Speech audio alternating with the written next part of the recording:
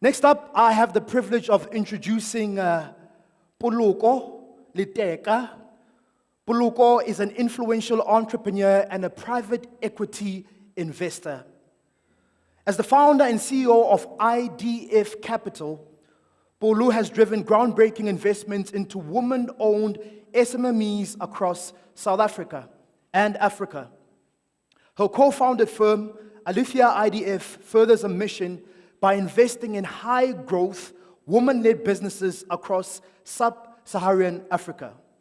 With a background spanning corporate finance, investment banking, and public policy, she has led transformative projects like South Africa's first Codes of Good Practice on BEE, Broad-Based Economic Empowerment. Those of you who used to watch that show called The Dragon's Den, can I see by show of hands those of you who used to watch it? Dragon's Den, ne? There was that lady, very quiet, but very powerful. She's with us in the building. Ladies and gentlemen, please can we put our hands together for Poloko, letheka. Please, ladies and gentlemen, let's put our hands together for this incredible individual and entrepreneur. Come on, entrepreneurs, we can do much better. Where's the energy? Where's the energy? Where's the energy? Hashtag join us for tea, hashtag together, beke lebeke. Polo, thank you so much for joining us. Can we remove this? Yes, can I not have a podium? Would you like it? No, I don't want it. Okay. Good morning, ladies and gentlemen. I'll wait for the podium to be moved because I want to engage. I don't want a barrier between me and engaging with you. I'm actually Mohau Polo letheka. That's my full name.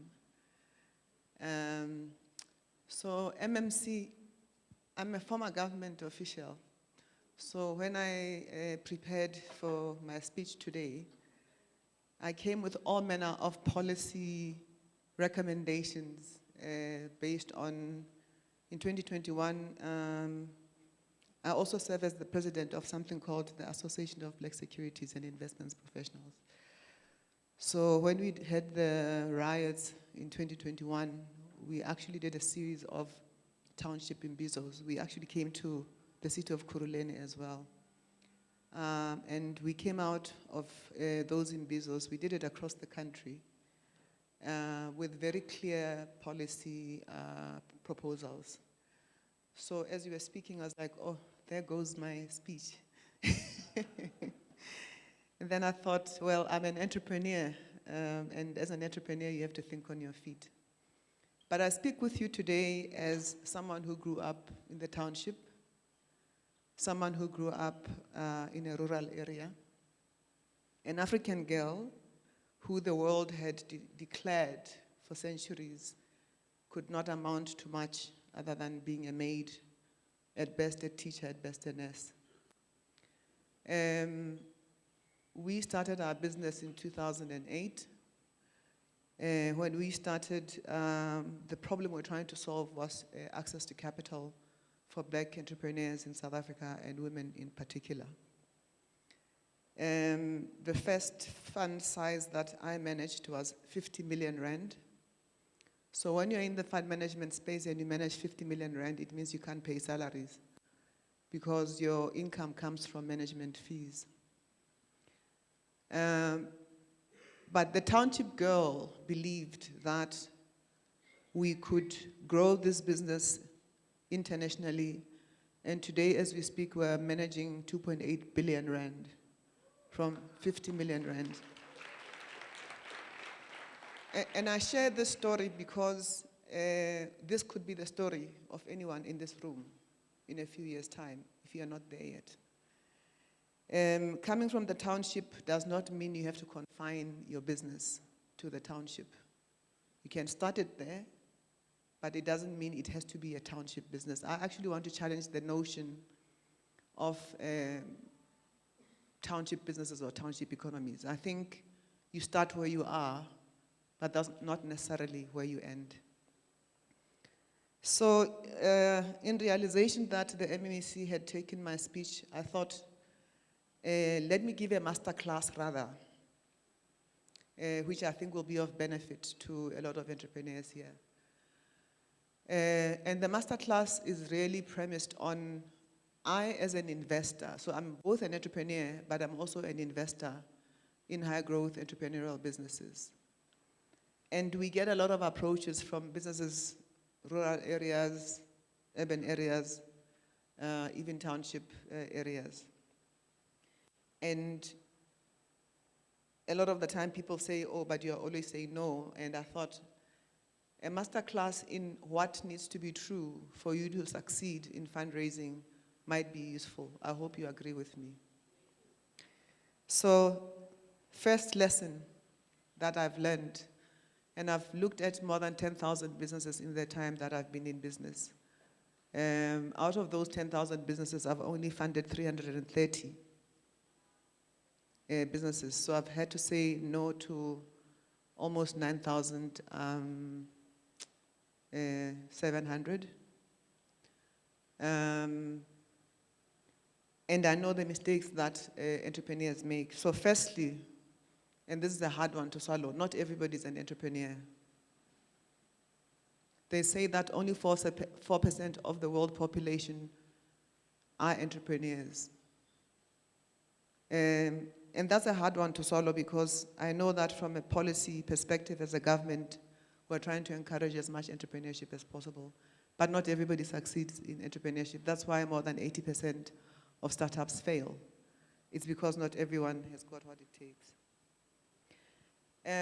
So what needs to be true for you to say you have got the chances of being a successful entrepreneur? I think the first thing is vision. What I mean by that is there's a temptation to start a business because I saw Taboka next door, Abula Spaza shop, I'm going to do the same thing. But there has to be a bigger vision.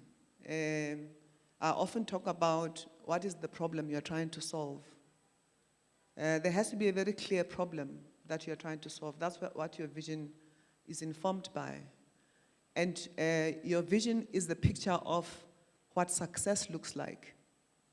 And I don't know how many entrepreneurs start there to say, this is what the problem is. So my vision, just to give you an idea, is I said, if Americans could establish JP Morgan. JP Morgan was established by one or two men in the early 1900s. Today is one of the most respected banks across the world. My vision is that my business is going to be the JP Morgan of Africa. That's what I'm building towards. Because we need it. In order for us to build industry, we need significant capital to be allocated to African economies. It also takes perseverance, because when you are a big dreamer, like Voyo, the big dreamer, you come across a lot of naysayers, you come across a lot of hurdles. If you're in the township, they'll tell you about the regulations not making it easy for your business to succeed, and all of those other problems that we all know, and I'm not going to regurgitate. So you have to have perseverance, because it means you're going to have to spend your life fighting, and don't give up along the way. You have to lead by example. So oftentimes when we start our businesses, I find that we think I'm the boss and therefore I can arrive at work at 10 when everybody is expected to arrive at 8. Or I produce mediocre work, but I expect excellence from everybody else. People should see excellence from you, people should see integrity from you, people should see hard work from you, and only then will they learn. A successful entrepreneur is somebody who's able to identify opportunities quickly. Because sometimes you start off a business today and you think this is a problem worth solving. But the reality is that when the market gives you feedback, you sometimes have to pivot that business and see new opportunities. You need to be alive to the feedback from the market and ensure that you respond quickly to those opportunities. The ability to build the right team, I can never overemphasize this. Just because you came up with the idea and just because you put in the seed capital, it doesn't mean you are the best person to run your business. I don't know how many entrepreneurs know this. So one of the things that most investors look at is who's the team around you. And if you are the sole person who is energetic about this and has got the vision, but you have not surrounded yourself with the right team, investors are likely to say no. Have a teachable spirit. You don't know it all. Be willing to collaborate, to engage with others, to learn from others. If you do not have that spirit, that's the quickest way to fail. And you have to have a strong drive for success, because as I said, it's not easy. What we also come across a lot of is people come to us with ideas. Ideas are not enough. You need to do your homework, which is, what is the problem that you are trying to solve? How big is the problem? Is it a problem worth solving? Do you have the resources to solve the problem, whether it's financial resources, human resources? Do you understand the market? Do you know what it's going to cost you to find solutions to the problem you're trying to solve? Are people willing to pay for the product or the service that you are wanting to take to market? Systems and processes. I'm an accountant by training. I've done many things in my life. I've been in accounting and auditing. I've been in corporate finance. I've been in government. And now I'm an investor. But the one thing that accounting taught me is the importance of having systems and processes. And I'm not talking about complicated ERP systems. Just, this is how we do things here. We start a process from here, then we move to this stage, and then we move to that stage, so that the outcome is almost guaranteed. I find that a lot of entrepreneurs do things haphazardly and hope for the best and pray. Yes, God is a miracle-working God, but God also wants order. So have order in your business. One of the hardest things that entrepreneurs struggle with, and I think especially in the township areas, I always say start with an exit in mind. An exit could be, if I die, what's going to happen to this business? An exit could be, I want to start with 50 million funds under management. When I get to 10 billion, for me, that will be success, right? And you build your business towards that exit.